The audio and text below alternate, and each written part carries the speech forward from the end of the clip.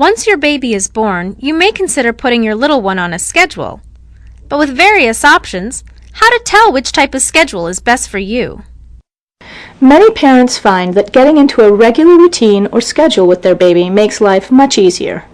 As a parent, you'll have a more predictable pattern for your days, and your baby will know what to expect. But experts disagree on when and how to establish a routine, or if one should do so at all. But most pediatricians say that babies are ready for a general schedule around 4 months of age. There are several ways to create an infant schedule.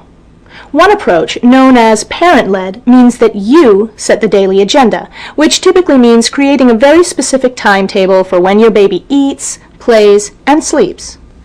Parents who use this type of schedule seldom deviate from it, saying that timing things precisely, for some more extreme types this means down to the minute, and being very consistent allows their baby to regulate his or her internal clock and provides the structure needed to thrive. When a baby's days are very structured and predictable, advocates of this approach say they fall into a regular pattern more easily and sleep through the night sooner. Parent-led schedules also make it much easier for any caregiver to take care of the baby exactly as he or she is used to. However, the American Academy of Pediatrics warns against being too rigid with your baby's feeding routine, cautioning that it could possibly deprive a baby of the correct amount of food. The AAP recommends feeding babies on demand whenever they show signs of hunger, such as increased alertness and activity, mouthing, or rooting. If your baby is crying, know that it is considered by the AAP to be a late indicator of hunger. Parents following a baby-led schedule tend to have very loose routines, and while baby-led schedules might seem erratic, even infants who customize their own days tend to fall into fairly predictable patterns. Experts who advocate this style of parenting say baby-led schedules put the emphasis on your baby and what he or she is communicating to you, rather than on your desire for consistency, and also posit that on-demand attention fosters a secure and loving bond between parent and child.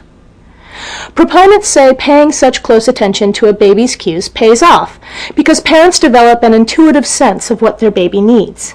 Some critics of this style, however, call it one big mom give-a-thon, meaning that because you're so focused on syncing up with your baby and attending to his or her every cue, you have no time or energy left for yourself.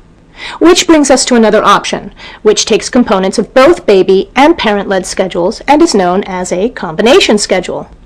With this approach, you'll set a timetable for when your baby will eat, sleep, play, and so on, and you'll generally adhere to a similar routine every day, unlike with some baby-led schedules.